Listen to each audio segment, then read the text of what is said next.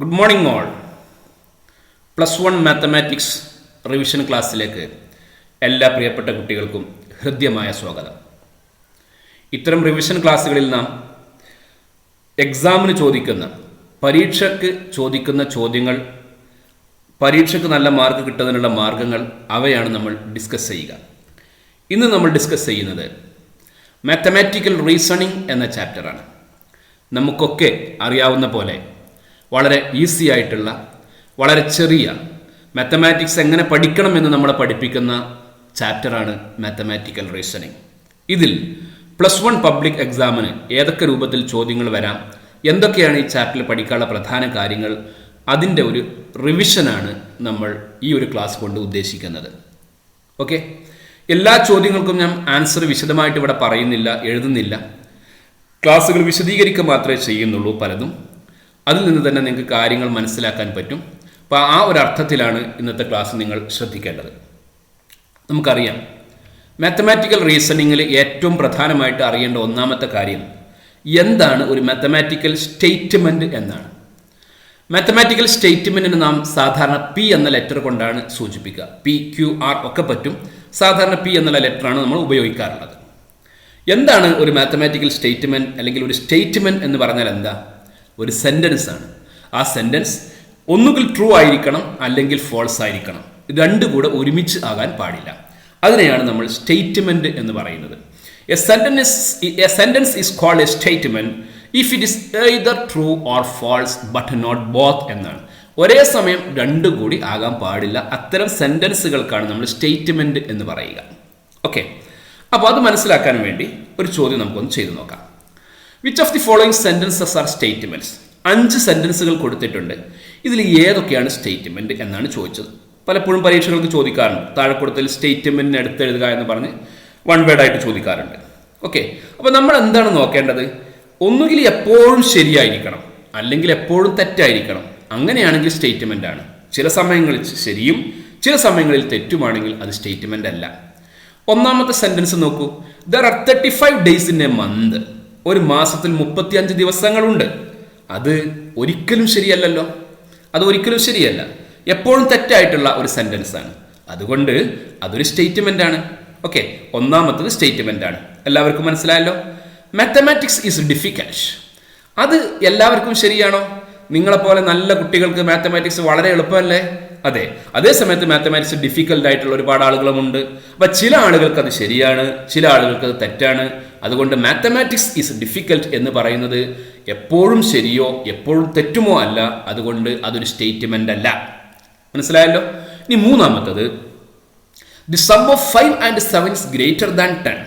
5ഉം 7ഉം ആഡ് ചെയ്താൽ 10നേക്കാൾ കൂടുതലായിരിക്കും. അത് ശരിയാണല്ലോ, എപ്പോഴും ശരിയാണല്ലോ. അതുകൊണ്ട് മൂന്നാമത് പറഞ്ഞിരിക്കുന്നത് ഒരു സ്റ്റേറ്റ്മെൻ്റ് ആണ്. ഓക്കെ, നാലാമത്തെ നോക്കൂ. The square of A number is N even number. ഒരു നമ്പറിന്റെ സ്ക്വയർ ഈവൻ നമ്പർ ആണ്. അത് സ്റ്റേറ്റ്മെൻ്റ് ആണോ? അല്ലേ. നമ്പറിന് അനുസരിച്ച് അത് മാറും അല്ലേ. 3യുടെ സ്ക്വയർ ഓഡ് നമ്പറാണ്. അതേസമയത്ത് 4ന്റെ സ്ക്വയർ 16, അത് ഈവൻ നമ്പറാണ്. നമ്പർ മാറുമ്പോൾ ചിലപ്പോൾ ഈവനാവും, ചിലപ്പോൾ ഓടാവും. എന്ന് പറഞ്ഞാൽ ഈ എഴുതിയിരിക്കുന്ന കാര്യം the square of A number is N even number എന്ന് പറയുന്നത് ചില സമയങ്ങളിൽ ശരിയും ചില സമയങ്ങളിൽ തെറ്റുമാണ്. അതുകൊണ്ട് അതൊരു സ്റ്റേറ്റ്മെൻ്റേ അല്ല. ഓക്കെ, അവസാനത്തത്, the sides of a quadrilateral have equal length. ഒരു ക്വാഡ്രിലാറ്ററിന്റെ സൈഡിന് ഈക്വൽ ലെങ്താ. അതും ക്വാഡ്രിലാറ്ററിനെ ഡിപ്പെൻഡ് ചെയ്യില്ലേ. സ്ക്വയർ ആണെങ്കിൽ ഈക്വൽ ലെങ്താ, റോംബസ് ആണെങ്കിൽ ഈക്വൽ ലെങ്താ അല്ലെ. റെക്ടാങ്കിൾ ആണെങ്കിൽ, ട്രപ്പീസിയം ആണെങ്കിൽ ഒന്നും ഈക്വൽ ലെങ്ത് അല്ല. ഈക്വൽ ലെങ്ത് ആകണമെന്നില്ല. അപ്പൊ ക്വാഡ്രിലാറ്ററിന് അനുസരിച്ച് ആ സെന്റൻസ് ചില സമയത്ത് ശരിയാകും, ചില സമയത്ത് തെറ്റാകും. Sometimes the sentence is true and sometimes it is false. അതുകൊണ്ട് അത് സ്റ്റേറ്റ്മെന്റ് അല്ല. ഓക്കെ, അപ്പൊ ആരൊക്കെ ഇതിൽ സ്റ്റേറ്റ്മെന്റ്? ഒന്നാമത്തത് എപ്പോഴും തെറ്റാണ്, അതുകൊണ്ട് അത് സ്റ്റേറ്റ്മെന്റ് ആണ്. അതിന്റെ ട്രൂ വാല്യൂ ഫോൾസ് ആണ്. മാത്തമാറ്റിക്സ് ഈസ് ഡിഫിക്കൽട്ട് സ്റ്റേറ്റ്മെന്റ് അല്ല. The sum of 5 and 7 is greater than 10 എപ്പോഴും കറക്റ്റ് ആണ്, അതുകൊണ്ട് സ്റ്റേറ്റ്മെന്റ് ആണ്. അതിന്റെ ട്രൂ വാല്യൂ ട്രൂ ആണ്. ഓക്കെ, ട്രൂ വാല്യൂ എന്നാണ് പറയുക. ഇതിന്റെ ട്രൂ വാല്യൂ ഫോൾസ് ആണ്, ഇതിന്റെ ട്രൂ വാല്യൂ ട്രൂ ആണ്. ഇത് രണ്ടും എപ്പോഴും ശരിയും തെറ്റും ആകണമെന്നില്ല. അതുകൊണ്ട് അത് രണ്ടും എന്തല്ല, സ്റ്റേറ്റ്മെന്റ് അല്ല. ഇനിയും നമുക്ക് ഒരുപാട് എക്സാമ്പിളുകൾ പറയാം. ഷീസ് എ ഡോക്ടർ സ്റ്റേറ്റ്മെന്റ് ആണോ? അല്ല. ഷീക്കനുസരിച്ച് അത് ശരിയും തെറ്റുമാകാം അല്ലേ. Kashmir is very near from here statement ആണോ? അല്ല. എവിടെ നിന്നാണത് പറയുന്നത് എന്നനുസരിച്ചിട്ട് അത് മാറും. Today is a windy day അല്ലെ.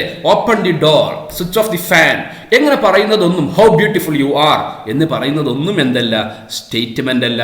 കാരണം അത് ശരിയും തെറ്റും പറയാൻ പറ്റുന്നതല്ല എപ്പോഴും. അപ്പൊ എന്താ സ്റ്റേറ്റ്മെന്റ് എന്ന് എല്ലാവർക്കും മനസ്സിലായല്ലോ. ഇനി രണ്ടാമത് മനസ്സിലാക്കേണ്ട കാര്യം, ഒരു സ്റ്റേറ്റ്മെന്റിന്റെ നെഗേഷൻ എന്ന് പറഞ്ഞാൽ എന്താ? അതിന്റെ സിമ്പൽ നോട്ട് പി എന്നാണ്. നെഗേഷൻ എന്ന് പറഞ്ഞാൽ നിഷേധിക്കുക എന്നാണ് അർത്ഥം. Okay, the denial of a statement is called negation of a statement. Okay, ഒരു സ്റ്റേറ്റ്മെന്റ് നിഷേധിക്കുക, ഒരു പറഞ്ഞ കാര്യം അങ്ങനെ അല്ല എന്ന് പറയുക, അതിന്റെ പേരാണ് എന്ത്? നെഗേഷൻ. വളരെ സിമ്പിളാണ് നെഗേഷൻ പറയാൻ. അതാർക്കും പറയാവുന്ന ഒരു കാര്യം. ഒരാൾ ഒരു കാര്യം പറയുന്നു, ആ പറഞ്ഞ കാര്യം അല്ല എന്ന് പറഞ്ഞു കഴിഞ്ഞാൽ അതിന്റെ നെഗേഷനായി. എക്സാമിന് ഏറ്റവും പ്രധാനമായിട്ട് ചോദിക്കാറുള്ള ഒരു ചോദ്യമാണ് ഒരു സ്റ്റേറ്റ്മെന്റ് തന്നിട്ട് നെഗേഷൻ എഴുതാൻ. നമുക്ക് കുറച്ച് എക്സാമ്പിളുകൾ നോക്കാം. നോക്കൂ, ഒന്നാമത്തത് ഇവിടെ ചോദ്യം ഇതാണ്, ഈ സ്റ്റേറ്റ്മെന്റുകളുടെ നെഗേഷൻ എഴുതുക, എന്നിട്ട് റിസൾട്ടിങ് സ്റ്റേറ്റ്മെന്റ്, നെഗേഷൻ ആകുന്ന സ്റ്റേറ്റ്മെന്റ് ശരിയാണോ തെറ്റാണോ എന്ന് പറയുക. ഒന്നാമത്തെ നോക്കൂ, ഓസ്ട്രേലിയ ഈസ് എ കോണ്ടിനെന്റ് അല്ലെ. ഓസ്ട്രേലിയ ഈസ് എ കോണ്ടിനെന്റ്, അതിന്റെ നെഗേഷൻ എന്താ? ഓസ്ട്രേലിയ ഒരു ഭൂഖണ്ഡമാണ്. അതിന്റെ കോണ്ടിനേഷൻ, അതിന്റെ നെഗേഷൻ എന്താ? Australia is not a continent. Australia continent അല്ല എന്ന് പറയലാണ് അല്ലെ. ഓസ്ട്രേലിയ കോണ്ടിനെന്റ് അല്ല എന്ന് പറയുന്നത് തെറ്റാണ്. അതുകൊണ്ട് ഈ സ്റ്റേറ്റ്മെന്റ് ഫോൾസ് ആണ്. ഈ സ്റ്റേറ്റ്മെന്റ് ശരിയാണ്, അതിന്റെ നെഗേഷൻ ഫോൾസ് ആണ്. എല്ലാവർക്കും മനസ്സിലായല്ലോ. അപ്പോൾ ഓസ്ട്രേലിയ ഇസ് എ കോണ്ടിനെന്റിന്റെ നെഗേഷൻ എഴുതാൻ പറഞ്ഞാൽ അത് അല്ല എന്ന് വരുന്ന രൂപത്തിൽ എഴുതണം. അപ്പൊ നോട്ട് എന്നുള്ള വാക്ക് കൃത്യമായ സ്ഥലത്ത് കൊടുത്താൽ മതി. Okay, Australia is not a continent. അങ്ങനെ എഴുതാൻ പ്രയാസമുള്ള ആളുകൾക്ക്, നോട്ട് എവിടെ ചേർക്കണമെന്ന് അറിയാത്ത ആളുകൾക്ക് നെഗേഷൻ എഴുതൽ വളരെ ഈസിയാണ്. എന്ത് ചെയ്താൽ മതി എന്നറിയോ? ഇതിന്റെ തുടക്കത്തിൽ ഇറ്റ് ഈസ് ഫോൾസ് ദാറ്റ് എന്ന് എഴുതിയാൽ മതി. ഇറ്റ് ഈസ് ഫോൾസ് ദാറ്റ് എന്താ അതിന്റെ അർത്ഥം? It is not the case that എന്നും എഴുതാം. ഇറ്റ് ഈസ് ഫോൾസ് ദാറ്റ് അല്ലെങ്കിൽ it is not the case that. എന്താ അതിന്റെ അർത്ഥം? ഇറ്റ് ഈസ് ഫോൾസ് ദാറ്റ് എന്ന് പറഞ്ഞാൽ ആ പറഞ്ഞത് ശരിയല്ല എന്നാണ്. ഓസ്ട്രേലിയ ഈസ് എ കോണ്ടിനെന്റ് എന്ന് പറഞ്ഞത് ശരിയല്ല. അപ്പൊ നെഗേഷൻ എഴുതാൻ ഏത് ചോദ്യം വന്നാലും, ചോദ്യം എന്താവട്ടെ, റൈറ്റ് ഇൻ നെഗേഷൻ എന്ന് ചോദിച്ചാൽ അതിന്റെ മാർക്ക് നിങ്ങൾക്ക് നഷ്ടപ്പെടുകയേയില്ല. ഓക്കെ, മാർക്ക് കിട്ടാൻ വേണ്ടിയാണ് ഇന്നത്തെ ക്ലാസ്. അതുകൊണ്ടാണ് ഞാൻ മാർക്ക് വെച്ച് സംസാരിക്കുന്നത്. അപ്പോൾ ഓസ്ട്രേലിയ ഇസ് എ കോണ്ടിനെന്റിന്റെ നെഗേഷൻ നമുക്ക് എങ്ങനെ എഴുതാം? ഒരു രൂപം ഞാൻ പറഞ്ഞു, Australia is not a continent. മറ്റൊരു രൂപം, it is false that Australia is a continent. മനസ്സിലായല്ലോ? ഇറ്റ് ഈസ് ഫോൾസ് ദാറ്റ് തുടക്കത്തിൽ ചേർത്താൽ പിന്നെ നോട്ട് ചേർക്കരുത്, അപ്പൊ അതിന്റെ നെഗേഷൻ ആവില്ല. It is false that Australia is a continent. Australia continent ആണ് എന്ന് പറയുന്നത് ശരിയല്ല. അപ്പൊ റിസൾട്ടിംഗ് സ്റ്റേറ്റ്മെന്റ് എന്താണ്? ഫോൾസ് ആണ്. മനസ്സിലായല്ലോ? ഇനി രണ്ടാമത്തെ നോക്കൂ, there does not exist a quadrilateral which has all its four sides equal അല്ലേ. അങ്ങനെ ഒരു ക്വാഡ്രിലാറ്റർ ഇല്ല എന്നാണ് പറയുന്നത്. 4 സൈഡും ഈക്വൽ ആയിട്ടുള്ള ക്വാഡ്രിലാറ്റർ ഇല്ല എന്നാണ് സ്റ്റേറ്റ്മെന്റ് പറഞ്ഞിട്ടുള്ളത്. അപ്പൊ ഇതിന്റെ നെഗേഷൻ എന്താ? അങ്ങനെ ക്വാഡ്രിലാറ്റർ ഉണ്ട് എന്ന് പറയലേ അല്ലേ. ബട്ട് ഡസ് നോട്ട് എന്നങ്ങ് മാറ്റി കൊടുത്താൽ മതി. അപ്പൊ എന്ത് വരും? there exists a quadrilateral which has all its sides equal. അതാണ് ഇതിന്റെ നെഗേഷൻ. ഒന്നുകൂടെ ഞാൻ പറയാം, എന്റെ കൂടെ നിങ്ങളും പറയൂ. there exists a quadrilateral which has all its sides equal. അങ്ങനെ എഴുതാൻ പറ്റാത്തതാണെങ്കിൽ എന്ത് ചെയ്യുക? It is false that there does not exist a quadrilateral which has all its sides equal. ഇനി നെഗേഷൻ ശരിയാണോ തെറ്റാണോ? there exists a quadrilateral which has all its sides equal. അത് correct അല്ലേ? 4 സൈഡും ഈക്വൽ ആയിട്ടുള്ള ക്വാഡ്രിലാറ്റർ ഉണ്ടല്ലോ. അതുകൊണ്ട് നെഗേഷൻ ട്രൂ ആയിട്ടുള്ള സ്റ്റേറ്റ്മെന്റ് ആണ്. ഓക്കെ, അടുത്ത നോക്കൂ, every natural number is greater than 0. എന്താ നെഗേഷൻ? Every natural number is not greater than 0 എന്ന് പറയാം. അല്ലെങ്കിൽ it is false that every natural number is greater than 0 എന്ന് പറയാം. അല്ലെങ്കിൽ there exists a natural number which is not greater than 0 എന്ന് പറയാം. ഇങ്ങനെയൊക്കെ അതിന്റെ നെഗേഷൻ പറയാവുന്നതാണ്. എന്തായാലും ആ നെഗേഷൻ ശരിയല്ല. കാരണം എന്താ? Every natural number is not greater than 0 എന്ന് പറയുന്നത് തെറ്റായിട്ടുള്ള കാര്യമാണ്. അപ്പൊ നെഗേഷൻ തെറ്റാണ്. ഓക്കെ, അടുത്ത ചോദ്യം നോക്കൂ, നാലാമത്തേത്. The sum of 3 and 4 is 9. എന്താ അതിന്റെ negation? The sum of 3 and 4 is 7 എന്നാണോ? അല്ല, അതിന്റെ നെഗേഷൻ അങ്ങനെയല്ല. ആ സ്റ്റേറ്റ്മെന്റ് ശരിയല്ല എന്ന് പറയുന്നതിനാണ് നെഗേഷൻ എന്ന് പറയുന്നത്. അപ്പോൾ the sum of 3 and 4 is 9ന്റെ negation the sum of 3 and 4 is not equal to 9 എന്നാണ്. 9 അല്ല. ഒരാൾ പറയുകയാണ് 3ഉം 4ഉം ആഡ് ചെയ്തപ്പോൾ 9 കിട്ടുന്നു. അപ്പോൾ അത് നിഷേധിക്കൽ എങ്ങനെയാ? 3ഉം 4ഉം ആഡ് ചെയ്യുമ്പോൾ 9 കിട്ടുന്നില്ല എന്ന് പറയലാ. The sum of 3 and 4 is not equal to 9 എന്ന് പറയലാണ് നെഗേഷൻ. അല്ലെങ്കിൽ എന്ത് പറഞ്ഞാൽ മതി? It is false that the sum of 3 and 4 is 9 എന്ന് പറഞ്ഞാലും മതി. ഓക്കെ, ഇങ്ങനെ കാര്യങ്ങൾ മനസ്സിലാക്കി പഠിക്കുക. ഒരു കാര്യത്തെ നിഷേധിക്കുന്നതിനാണ് നെഗേഷൻ എന്ന് പറയുക. റൈറ്റ് ദി നെഗേഷൻ എന്ന എക്സാമിന് ചോദിച്ചാൽ ഒരിക്കലും അതിൻ്റെ മാർക്ക് നഷ്ടപ്പെടില്ല. എന്ത് ചെയ്താൽ മതി? തുടക്കത്തിൽ ഇറ്റ് ഈസ് false that എന്ന് എഴുതി കൊടുത്താൽ മാത്രം മതി. പിന്നെ ഒരു ചോദ്യം തന്നിട്ട് ഏതാണ് അതിൻ്റെ നെഗേഷൻ എന്ന് ചോദിക്കുമ്പോൾ നമ്മൾ എന്താ ശ്രദ്ധിക്കേണ്ടത്? തന്ന കാര്യത്തിനെ നിഷേധിക്കുന്നതിൽ അതിലേതാണോ, ആ 4 ഏതാണോ അതാണ് നമ്മൾ കൃത്യമായിട്ട് എടുത്തെഴുതേണ്ടത്. എല്ലാവർക്കും മനസ്സിലായല്ലോ? അവ 2 കാര്യങ്ങൾ പറഞ്ഞു: സ്റ്റേറ്റ്മെന്റ്, നെഗേഷൻ. ഇനി 3ാമത്തെ കാര്യം നോക്കൂ, കോമ്പൗണ്ട് സ്റ്റേറ്റ്മെന്റ്. എന്താ കോമ്പൗണ്ട് സ്റ്റേറ്റ്മെന്റ് എന്ന് വെച്ചാൽ? വാക്കിന് തന്നെ വ്യക്തമാണല്ലേ, ഒന്നിൽ കൂടുതൽ സ്റ്റേറ്റ്മെന്റുകൾ കമ്പൈൻ ചെയ്യുന്നതാണ് അല്ലേ? ഒന്നിൽ കൂടുതൽ സ്റ്റേറ്റ്മെന്റുകൾ കമ്പൈൻ ചെയ്യുമ്പോൾ കിട്ടുന്ന സ്റ്റേറ്റ്മെന്റ് ആണ് compound statement.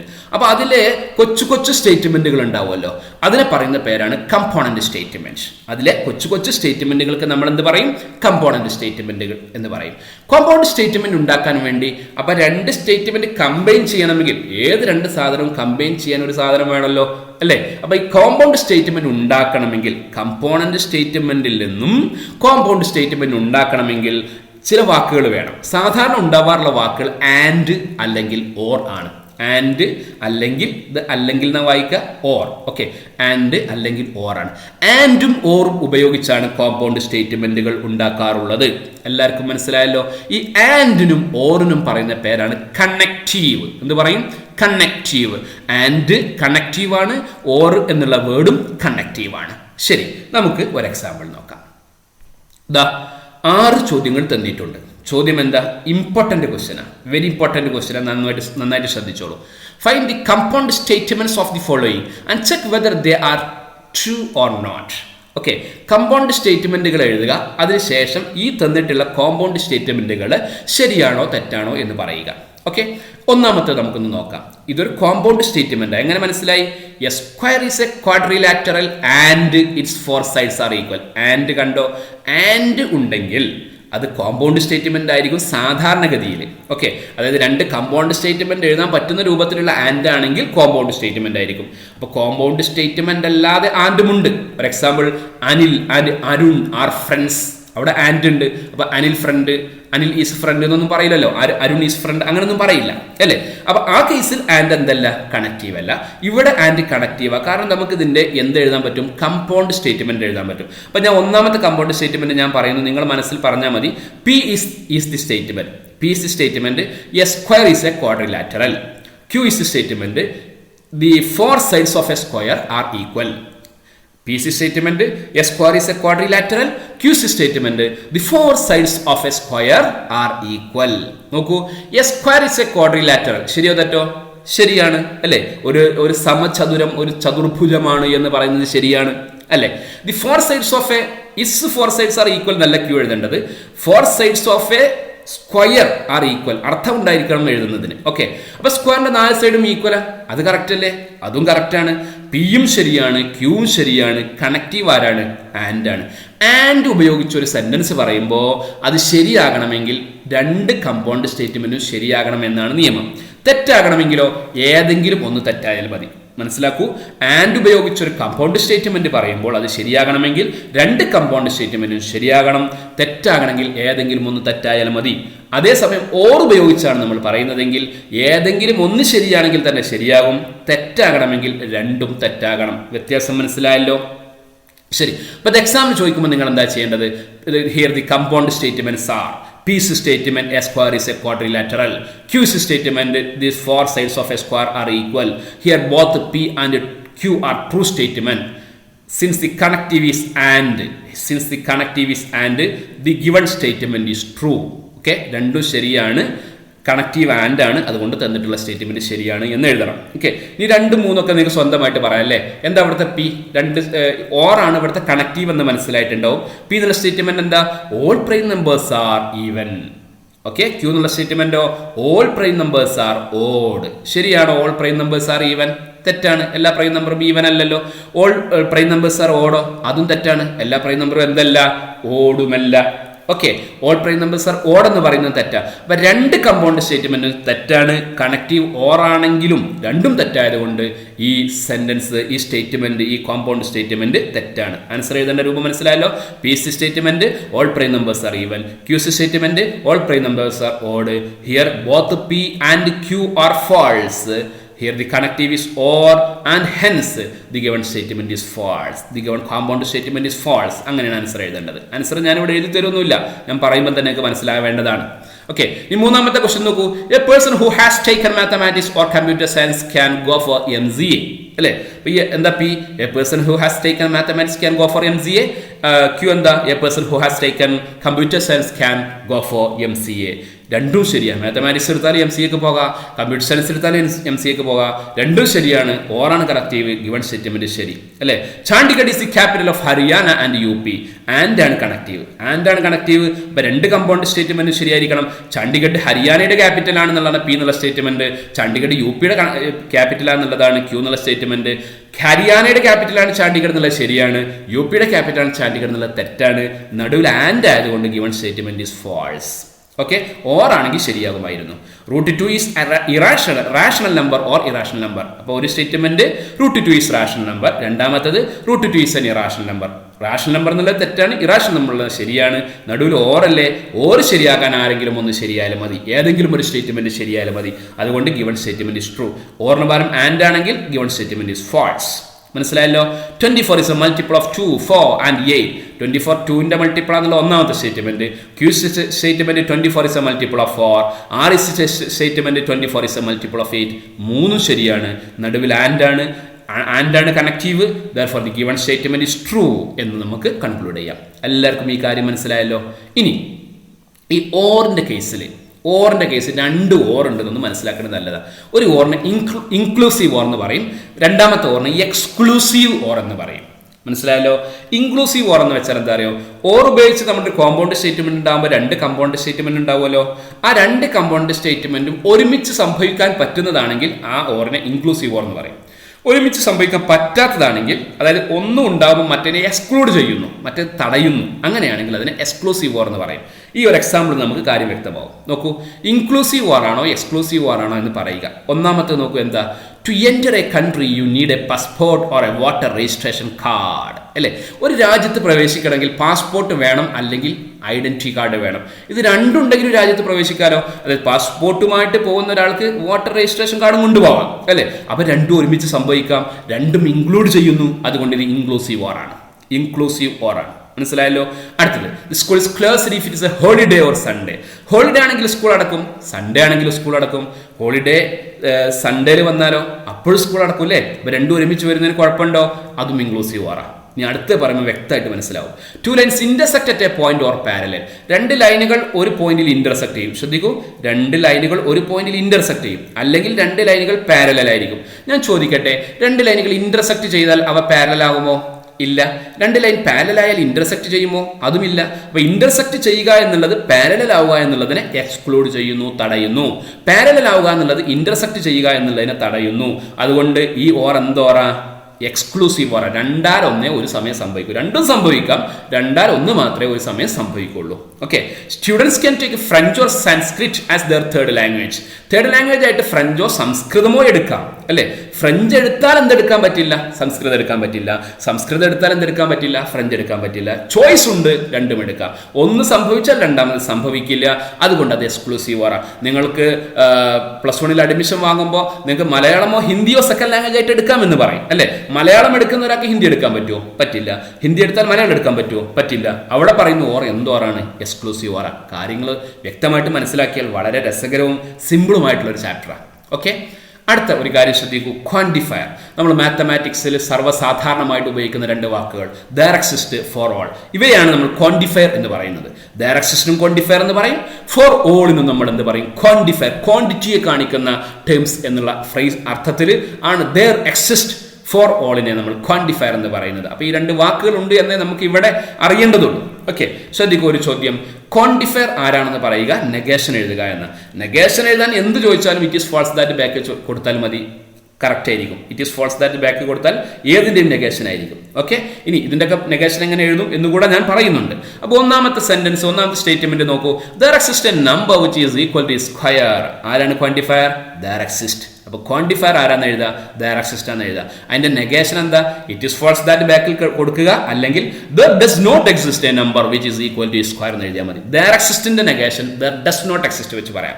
There does not exist a number which is equal to its square. Clear ആണല്ലോ. അടുത്തത്, for every real number X is less than X plus one. എല്ലാ റിയൽ നമ്പർ എക്സിനും X less than X plus one ആണ്. എന്താ നെഗേഷന്? ആരവിടെ quantifier? For every അല്ലെ. Negation എന്ന് പറഞ്ഞാൽ മതി it is false that for every real number x എന്ന് പറഞ്ഞാൽ മതി. അല്ലെങ്കിൽ എല്ലാ എക്സിനും ഉണ്ടെന്നല്ലേ പറഞ്ഞത്, അപ്പൊ നെഗേഷൻ എന്താ? ഒരു എക്സ് എങ്കിലും അങ്ങനെ ഇല്ലാത്തതുണ്ടെന്ന് പറഞ്ഞാൽ മതിയല്ലോ.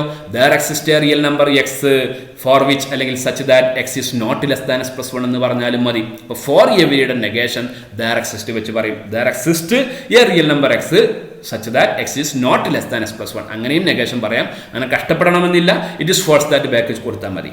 ഓക്കെ, അടുത്തത് എന്താ? There exist a capital for every state in India. ഇന്ത്യയിലുള്ള എല്ലാ സംസ്ഥാനങ്ങൾക്കും ക്യാപിറ്റൽ ഉണ്ട് എന്നാണ് പറഞ്ഞത്. അപ്പോൾ ദർ എക്സിസ്റ്റിന്റെ നെഗേഷൻ എങ്ങനെ നമുക്ക് പറയാം? തിരിച്ചു പറഞ്ഞാൽ മതി അല്ലേ. അപ്പോൾ ഒരു സ്റ്റേറ്റിനെങ്കിലും ക്യാപിറ്റൽ ഇല്ല എന്ന് പറഞ്ഞാൽ മതി. ദർ എക്സിസ്റ്റ് ആണ് ഇവിടുത്തെ ക്വാണ്ടിഫയർ. അപ്പോൾ there exist state in India which does not have a capital. നോക്കൂ, മൂന്നാമത്തെ ആൻസർ ഞാൻ ഇവിടെ എഴുതിയിട്ടുണ്ട്. ദർ എക്സിസ്റ്റ് ആണ് quantifier. There exist state in India which does not have a capital. Answer എഴുതുന്ന രൂപം മനസ്സിലാക്കാൻ വേണ്ടി എഴുതിയേ ഉള്ളൂ. അതേപോലെ ഇതൊക്കെ നിങ്ങൾക്ക് എഴുതാം. എല്ലാവർക്കും മനസ്സിലായല്ലോ. അടുത്തൊരു പ്രധാനപ്പെട്ട കാര്യം ഇംപ്ലിക്കേഷൻ. ഏറ്റവും ഇമ്പോർട്ടൻ്റ് ആയിട്ടുള്ള കാര്യമാണ്. ഓക്കെ, ഇംപ്ലിക്കേഷൻ രണ്ടെണ്ണം ഉണ്ട്. ഒന്നാമത്തത് ഇഫ് ദെൻ സ്റ്റേറ്റ്മെന്റ് ആണ്. If P then Q, if P then Q, ഇതാണ് ഒന്നാമത്തെ ഇംപ്ലിക്കേഷൻ. പി ഇംപ്ലൈസ് ക്യൂ എന്നാണ് അതിന്റെ സിമ്പൽ. മനസ്സിലാകാൻ വേണ്ടി ഒരു എക്സാമ്പിൾ പറയാം. A number is a multiple of 9, അതാണ് പി. ക്യൂ എന്നുള്ള statement A number is a multiple of 3. അപ്പോൾ പി ഇംപ്ലൈസ് ക്യൂ എങ്ങനെ എഴുതും? ഇഫ് പി ദെൻ ക്യൂ എങ്ങനെ എഴുതും? പറ. If a number is a multiple of 9 then it is a multiple of 3. If a number is a multiple of 9 then it is a multiple of 3. P implies Q എന്നുള്ള statement അങ്ങനെ എഴുതുക അല്ലെ. If a number is a multiple of 9 then it is a multiple of 3. എന്താ അതിന്റെ ഉദ്ദേശം എന്നറിയോ? ഒന്നാമത്തത് ശരിയാണെങ്കിൽ രണ്ടാമത്തെ ഒക്കർ ചെയ്തിരിക്കും. ഒന്നാമത്തെ സംഭവിച്ചാൽ രണ്ടാമത്തെ സംഭവിച്ചിരിക്കും എന്നാണ് പി ഇംപ്ലൈസ് ക്യൂ പറയുന്നത്. അതുകൊണ്ട് തന്നെ പി ഇംപ്ലൈസ് ക്യൂ തെറ്റാകുന്ന ഒരൊറ്റ കേസേ ഉള്ളൂ. അതെപ്പോഴാ? ഒന്നാമത്തത് ശരിയും രണ്ടാമത്തത് തെറ്റുമാകുമ്പോൾ. ഈ സ്റ്റേറ്റ്മെന്റിന്റെ ഉദ്ദേശം ഒന്നാമത്തത് സംഭവിച്ചാൽ രണ്ടാമത്തത് സംഭവിക്കും. 9ന്റെ മൾട്ടിപ്പിൾ ആണോ ഒരു നമ്പർ എങ്കിൽ ആ നമ്പർ 3യുടെ മൾട്ടിപ്പിൾ ആയിരിക്കും എന്നാണ് പറഞ്ഞത്. അപ്പോൾ ഇത് എപ്പോഴാണ് തെറ്റാവുക? 9ന്റെ മൾട്ടിപ്പിൾ ആയിട്ടുള്ള ഒരു നമ്പർ 3യുടെ മൾട്ടിപ്പിൾ ആകാതിരിക്കുമ്പോൾ മാത്രമേ തെറ്റാവൂ. ബാക്കി എല്ലാ കേസിലും ശരിയാണ്. ഇത് ശരിയാണെങ്കിൽ ശരിയാണ്, ഇത് തെറ്റാണെങ്കിലും ഈ സ്റ്റേറ്റ്മെന്റ് ശരിയാണ്, കോമ്പൗണ്ട് സ്റ്റേറ്റ്മെന്റ് ശരിയാണ്. ഇത് തെറ്റ്, ഇത് ശരി, അന്നേരവും കോമ്പൗണ്ട് സ്റ്റേറ്റ്മെന്റ് ശരി തന്നെയാണ്.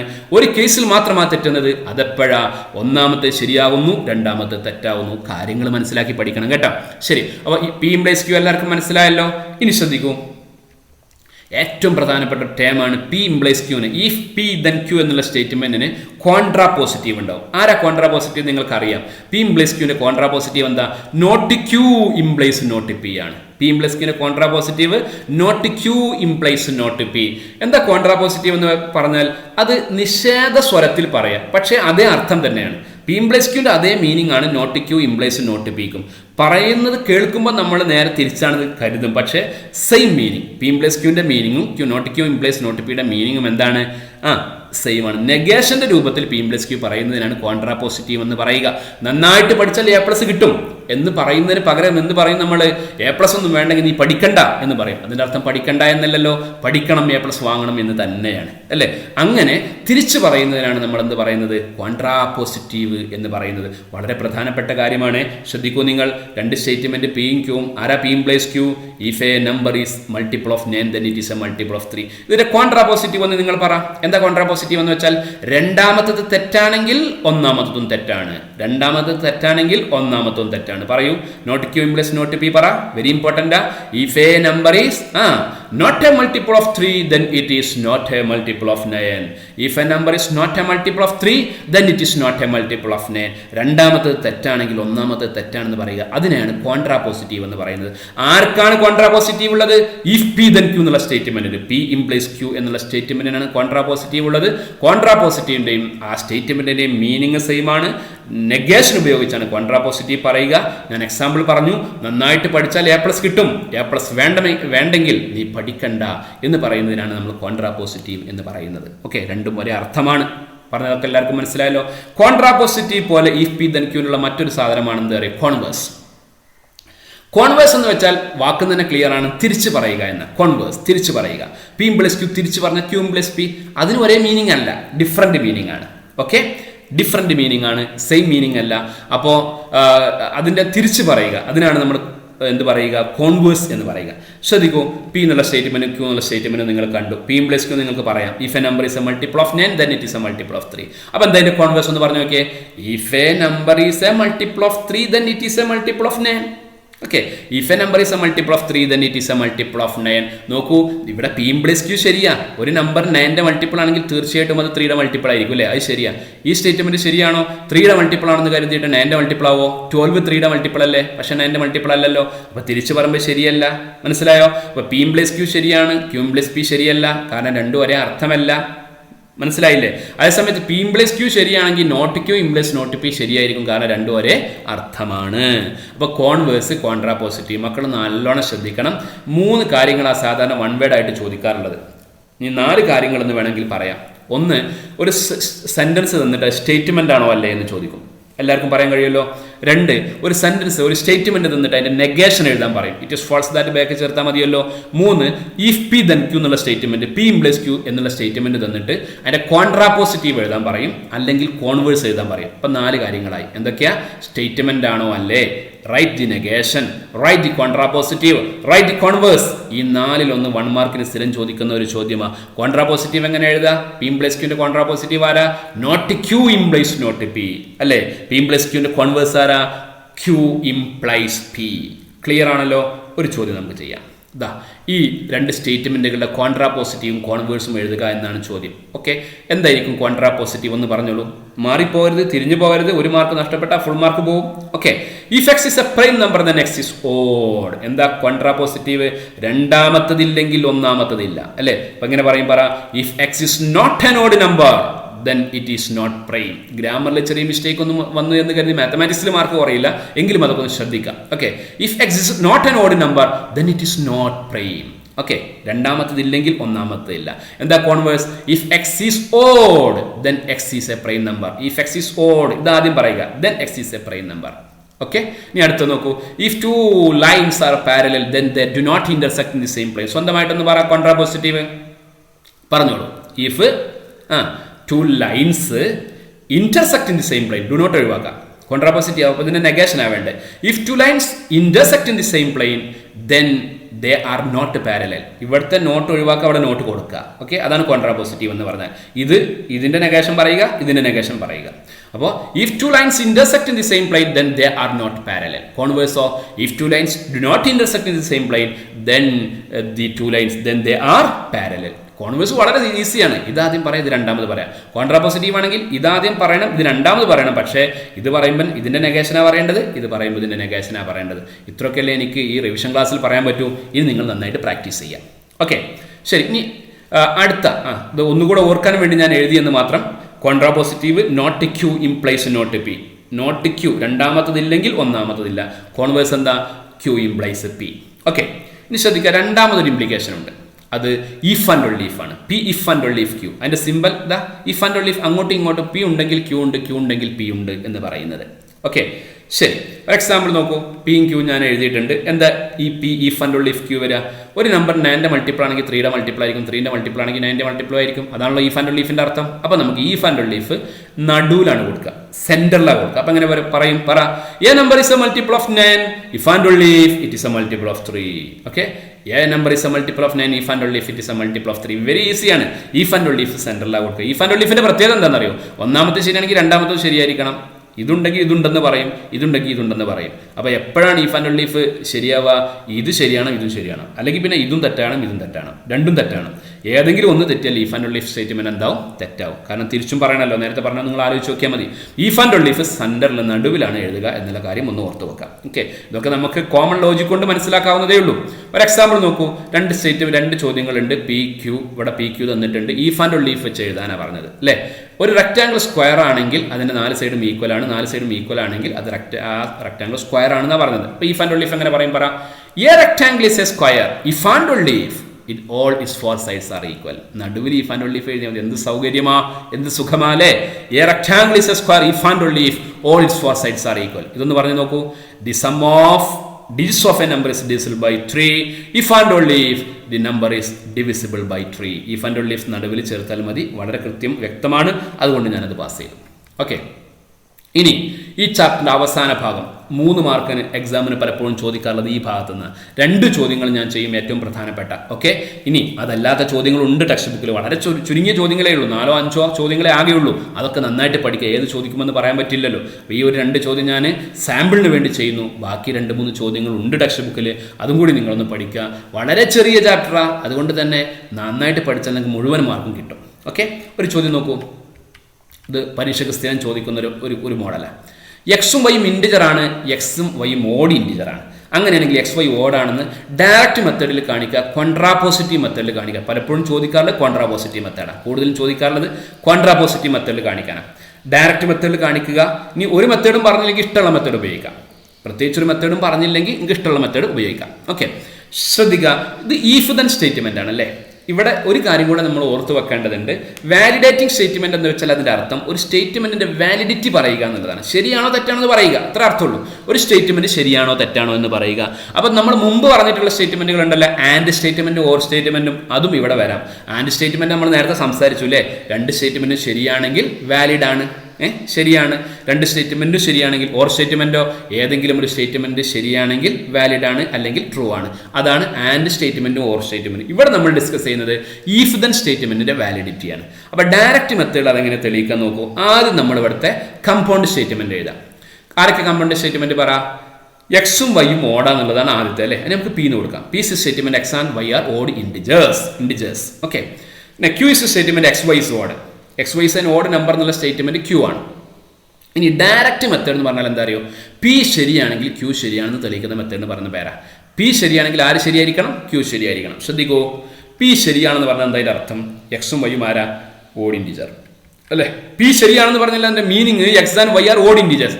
ഓഡ് ഇൻറ്റിജേഴ്സിന് നമുക്ക് 2m+1 എന്ന് എഴുതാലോ. 2m+1 അല്ലെങ്കിൽ 2n+1 എന്നൊക്കെ എഴുതാലോ. അപ്പം ഞാൻ എക്സിനെ 2m+1 എന്ന് എഴുതി, എക്സ് വൈനെ 2n+1 എന്ന് എഴുതി. നമുക്ക് എക്സ് വൈ ഓടാന്നാണ് കിട്ടേണ്ടത്. പി ശരിയാണെങ്കിൽ ക്യൂ ശരിയാണെന്ന് കിട്ടണം. അപ്പോൾ എക്സ് ഇൻറ്റു വൈ ഞാൻ കണ്ടുപിടിക്കാൻ പോവുക. എക്സ് ഇൻറ്റു വൈ എന്ന് വെച്ചാൽ മൾട്ടിപ്ലൈ ചെയ്യും. ഇത് ബ്രാക്കറ്റ് റിമൂവ് ചെയ്ത് അങ്ങനെ കിട്ടൂല, ഞാൻ വിശദീകരിക്കണ്ടല്ലോ. ഇവിടെ ആദ്യത്തെ 3 ടേമിൽ 2 കോമൺ അല്ലേ, അത് പുറത്തെടുത്തു. +1 ഉണ്ടാവും. ഇത് ഒരു ഇൻറ്റിജറാണ് അല്ലേ, ഇതൊരു ഇൻറ്റിജറാണ്. ഇതെല്ലാം കൂടെ ആഡ് ചെയ്താൽ ഒരു ഇൻറ്റിജറാണ് കിട്ടുക. അപ്പോൾ നമുക്ക് 2k+1 എഴുതാം. 2k+1 നോക്കൂ, എക്സ് വൈ ഈക്വൽ 2k+1. എന്താ അതിൻ്റെ അർത്ഥം? 2k+1 എന്ന് വെച്ചാൽ ഈവൻ നമ്പർ +1. ഈവൻ നമ്പർ +1 ഒക്കെ ഓഡ് നമ്പർ അല്ലേ. അപ്പോൾ എക്സ് വൈ ഓടാന്ന് കിട്ടിയില്ലേ? എക്സ് വൈ ഓടാന്ന് കിട്ടി. എക്സ് വൈ ഓഡ് ഇൻറ്റിജർ ആണെന്നല്ലേ ക്യൂ പറയുന്നത്. അപ്പോൾ Q is true. Okay, P ശരിയാണെങ്കിൽ ക്യൂ എന്താണ്? ശരിയാണ്. വെരി സിമ്പിളാ, വളരെ വൃത്തിയായിട്ട് എഴുതണം ഇതുപോലെ കേട്ടോ. പി ശരിയാണെങ്കിൽ ആര് ശരിയാണ്? ക്യൂ ശരിയാണ്. അതുകൊണ്ട് തന്നിട്ടുള്ള സ്റ്റേറ്റ്മെന്റ് ഡയറക്റ്റ് മെത്തേഡ് ഉപയോഗിച്ച് ശരിയാണ് എന്ന് പറയാം. ഓക്കെ, അപ്പോൾ ഡയറക്റ്റ് മെത്തേഡ് എന്ന് വെച്ചാൽ ആദ്യത്തെ സ്റ്റേറ്റ്മെന്റ് ശരിയാണെങ്കിൽ രണ്ടാമത്തെ ശരിയാണ് എന്ന് പറയുന്നതിന് പറയുന്ന പേരാണ്. പി ശരിയാണെങ്കിൽ ക്യൂ ശരിയാണെന്ന് മനസ്സിലായല്ലോ എല്ലാവർക്കും. സ്റ്റെപ്പൊക്കെ വളരെ കൃത്യമായിട്ട് ഞാൻ അവിടെ എഴുതി വെച്ചിട്ടുണ്ട്, നന്നായിട്ട് പഠിക്കുക. ഇതേ കാര്യം കോൺട്രാപോസിറ്റീവ് വേലും പ്രൂവ് ചെയ്യാം. ഓക്കെ, അവിടെ നമ്മൾ കോൺട്രാപോസിറ്റീവ് എന്ന് വെച്ചാൽ എന്താ? Not Q implies not P ആണ്. ക്യൂ തെറ്റാണെങ്കിൽ പി തെറ്റായിരിക്കണം. അപ്പൊ ഞാൻ ക്യൂ തെറ്റാണെന്ന് എടുത്തു. ക്യൂ തെറ്റാണെന്ന് പറഞ്ഞാൽ എക്സ് വൈ ഓടാണെന്നുള്ളത് തെറ്റാണ്. അപ്പൊ എക്സ് വൈ ആരാണ്? ഈവനാണ്. എക്സ് വൈ ഓടാന്നുള്ളത് തെറ്റാണെങ്കിൽ എക്സ് വൈ ഈവനാണ്. എക്സ് വൈ ഈവൻ ആണെങ്കിൽ എക്സ് ഇൻറ്റു വൈ 2ന്റെ മൾട്ടിപ്പിൾ ആവണ്ടേ? അതിന് സ്വാഭാവികമായിട്ടും ഒന്നുകിൽ എക്സിൽ 2ന്റെ മൾട്ടിപ്പിൾ വേണം, അല്ലെങ്കിൽ ആർക്ക് വേണം? വൈയിൽ 2ന്റെ മൾട്ടിപ്പിൾ വേണം അല്ലേ. ശരി, അപ്പൊ എക്സ് ഈവൻ ആകണം, അല്ലെങ്കിൽ വൈ ഈവൻ ആകണം. ശ്രദ്ധിക്കൂ, എക്സ് ഈവൻ ആകണം അല്ലെങ്കിൽ വൈ ഈവൻ ആകണം എന്ന് പറയുന്നത് ആർക്കെതിരാ? എക്സും വൈയും ഓടാന്നുള്ളതിന് എതിരല്ലേ. പാര് തെറ്റാണ്, പി തെറ്റാണ്. ക്യൂ തെറ്റാണെങ്കിൽ പിയും തെറ്റാണെന്ന് കിട്ടി. അതായത് not Q implies not P. ഇതാണല്ലോ നമുക്ക് വേണ്ട കോൺട്രാപോസിറ്റീവിൽ. രണ്ടാമത്തെ തെറ്റാണെങ്കിൽ ഒന്നാമത്തെ തെറ്റാണ്. അങ്ങനെ നമ്മൾ പ്രൂവ് ചെയ്തു. Okay, not Q implies not B. Given statement is true by contrapositive method. അപ്പോൾ ഒരു മെത്തേഡിൽ ട്രൂ ആണെങ്കിൽ ഏത് മെത്തേഡിലും അത് ട്രൂ തന്നെയാണ്. ഒരു മെത്തേഡിൽ ട്രൂ ആണെങ്കിൽ എല്ലാ മെത്തേഡിലും ട്രൂ ആണ്. വ്യത്യസ്ത മാർഗ്ഗങ്ങളാണ് ഒരു കാര്യം തെളിയിക്കാനുള്ള. മാത്തമാറ്റിക്സ് പഠിക്കുന്നതിനുള്ള ഒരു ബേസ് എന്നുള്ള രൂപത്തിലാണ് ഇത് നിങ്ങളെ സിലബസിൽ ഉൾക്കൊള്ളിച്ചിട്ടുള്ളത്. ഇവിടെ ഒരു കാര്യം കൂടി എനിക്ക് പറയാനുണ്ട്, ശ്രദ്ധിക്കൂ. X and y are odd, അതിൻ്റെ നെഗേഷൻ എന്താ? എക്സ് ആൻഡ് വൈ ആർ ഓഡിൻ്റെ negation, x and y are ഓഡിൻ്റെ നെഗേഷൻ എന്താണെന്നറിയോ? X or y is even എന്നാണ്.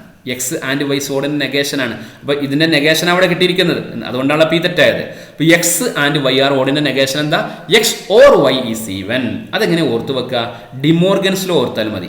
എ ഇന്റർസെക്ഷൻ ബിയുടെ കോംപ്ലിമെന്റിനെ നമ്മൾ നെഗേഷൻ എന്ന് പറയും, ഇന്റർസെക്ഷനെ നമ്മൾ ആൻഡ് എന്ന് പറയും, യൂണിയൻ ഓർ എന്ന് പറയും. ഓക്കെ, ആ അർത്ഥത്തിലാണ് ചിന്തിക്കേണ്ടത്. അപ്പോൾ A intersection B whole dash എന്താ?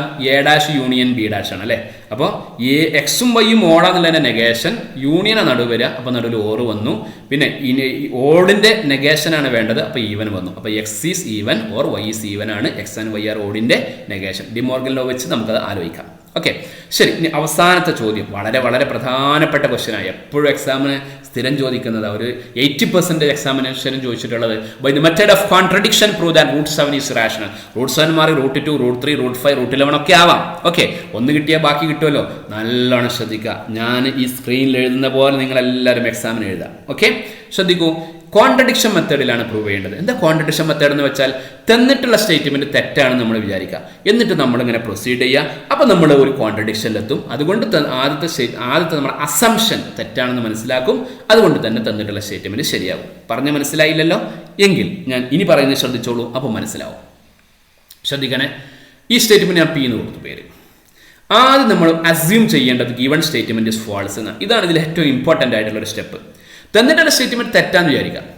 ഇത് ശരിയാണ് നമുക്ക് പ്രൂവ് ചെയ്യേണ്ടത്. അതിനകത്ത് തെറ്റാന്ന് വിചാരിക്കുക. തെറ്റാന്ന് വിചാരിച്ച് നമ്മൾ മുന്നോട്ട് പോവുകയാണെ പീസ് ഫാൾസ് എന്ന് പറഞ്ഞതിൻ്റെ അർത്ഥം എന്താ? റൂട്ട് 7 ഇറാഷണലാന്നല്ല തെറ്റാ. അപ്പോൾ റൂട്ട് 7 ആരാ? റാഷണലാ അല്ലേ. എല്ലാ റാഷണൽ നമ്പറിനെയും നമുക്ക് എ ബൈ ബി എന്ന് എഴുതാലോ അല്ലേ. റാഷണൽ നമ്പറിന്റെ ഫോം പറഞ്ഞാൽ എ ബൈ ബി ഫോം അല്ലേ. അപ്പോൾ root 7 equal A by B എന്ന് എഴുതാം. എ ബൈ ബി എന്ന് എഴുതുന്ന എല്ലാ നമ്പറിനെയും അതിന്റെ ഏറ്റവും സിംപ്ലസ്റ്റ് ഫോമിൽ എഴുതാം. എന്ന് പറഞ്ഞാൽ എക്കും ബിക്കും കോമൺ ഫാക്ടർ ഇല്ലാത്ത രൂപത്തിൽ എഴുതാം അല്ലേ. അതാണ്, ആ രൂപത്തിലാണ് ഞാൻ ഈ എ ബൈ ബി എഴുതിയത്. Where both A and B have no common factors. Green കളറിൽ കൊടുത്താൽ എന്തിനാ അറിയോ? കുറച്ച് കഴിഞ്ഞാൽ ഇതിന് കോൺട്രഡിക്ഷൻ കിട്ടും. അതിന് വേണ്ടിയിട്ടാണ്. എക്കും ബിക്കും എന്തില്ല? കോമൺ ഫാക്ടർ ഇല്ല. ഇനി സിമ്പിൾ മാത്തമാറ്റിക്സ് അപ്ലൈ ചെയ്യുക. A equal to root 7 B എന്ന് എഴുതാം അല്ലേ. അല്ലെങ്കിൽ root 7 square equal A square by B square എന്ന് എഴുതാം. 7 equal A square by B square. ഇനി നേരത്തെ ചെയ്ത പോലെ A square equal 7 B square എന്ന് എഴുതാം അല്ലേ. നോക്കൂ, A square equal 7 B square. എക്കും ബിക്കും കോമൺ ഫാക്ടർ ഇല്ല. അപ്പോൾ സ്വാഭാവികമായിട്ട് ഈ 7 ആരുടെ ഫാക്ടർ ആയിരിക്കും? എയുടെ ഫാക്ടർ ആയിരിക്കും. 7 എയുടെ ഫാക്ടർ ആയിരിക്കും. 7 is A factor of A. അങ്ങനെ ഫാക്ടർ ആണെങ്കിൽ ഇത് ഇങ്ങനെ എഴുതാൻ പറ്റുള്ളൂ. Okay, 7 is A factor of A. നമ്മൾ ഇക്വേഷൻ നമ്പർ 1 കൊടുത്തു. 7 എയുടെ ഫാക്ടർ ആണെങ്കിൽ നമുക്ക് എനെ നമുക്ക് 7k എന്ന് എഴുതിക്കൂടെ അല്ലേ. 7 ഫാക്ടർ ആണെങ്കിൽ നമുക്ക് എനെ നമുക്ക് 7k എന്ന് എഴുതാം. ഇതിനെ വീണ്ടും സ്ക്വയർ ചെയ്യാം. അപ്പോൾ A square equal 49 k square എന്ന് കിട്ടും. ഇനി ഒന്ന് തിരിഞ്ഞു വാ. ഇവിടെ എ സ്ക്വയർ ഉണ്ടല്ലോ, ബാക്കിലേക്ക് വാ. A square equal 7 B square. അപ്പോൾ ഈ എ സ്ക്വയറിന് പകരം ഇവിടുത്തെ എ സ്ക്വയർ കൊടുക്കുക, 7 ബി സ്ക്വയർ കൊടുക്കുക. 7 B square equal 49 k square. 7 cancel ചെയ്യുക. അപ്പോൾ B square equal 7 k square.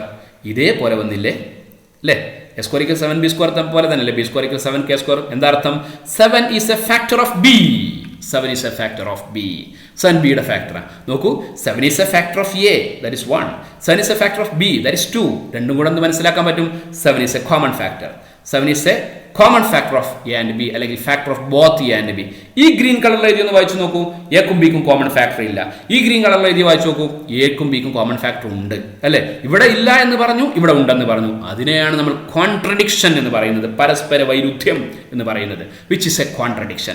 മാത്തമാറ്റിക്സിലെ പല തിയറങ്ങളും തെളിയിക്കൽ കോൺട്രഡിക്ഷൻ മെത്തേഡില്ല. അതിനൊരു സിമ്പിൾ എക്സാമ്പിൾ ആയത്. ഓക്കെ, അപ്പോൾ ഇവിടെ പറഞ്ഞു എക്കും ബിക്കും കോമൺ ഫാക്ടർ ഇല്ല, അവിടെ പറഞ്ഞു എക്കും ബിക്കും കോമൺ ഫാക്ടർ ഉണ്ട്. അത് കോൺട്രഡിക്ഷനാണ്. എന്തുകൊണ്ടാണ് ഈ ഒരു കോൺട്രഡിക്ഷൻ കിട്ടിയത്? നമ്മൾ ഇങ്ങനെ അസ്യൂം ചെയ്തത് കൊണ്ടാണ്. ഓക്കെ, നമ്മൾ അസ്യൂം ചെയ്തു, പി തെറ്റാന്ന് അസ്യൂം ചെയ്തു, അതുകൊണ്ടാണ് കോൺട്രഡിക്ഷൻ കിട്ടിയത്. അതുകൊണ്ട് നമ്മുടെ അസംഷൻ തെറ്റാണ്.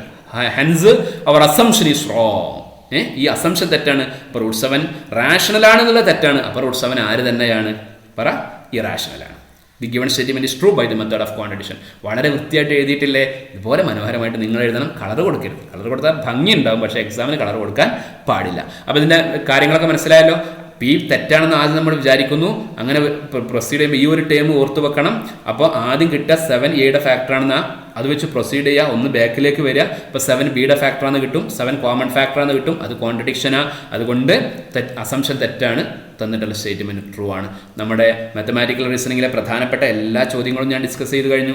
റിവിഷൻ ക്ലാസ്സിൽ ഇങ്ങനെ ഡിസ്കസ് ചെയ്യാൻ പറ്റും. ഓക്കെ, ഒരു 3-4 മണിക്കൂർ വെച്ച് പറയേണ്ട ഒരു കാര്യമാണ്. അതൊരു അരമണിക്കൂർ വെച്ച് പറയുമ്പോൾ ഇത്രയൊക്കെ പറയാൻ പറ്റൂ. എങ്കിലും ഞാൻ അതിൻ്റെ പരമാവധി നിങ്ങൾക്ക് പറഞ്ഞു തന്നിട്ടുണ്ട്.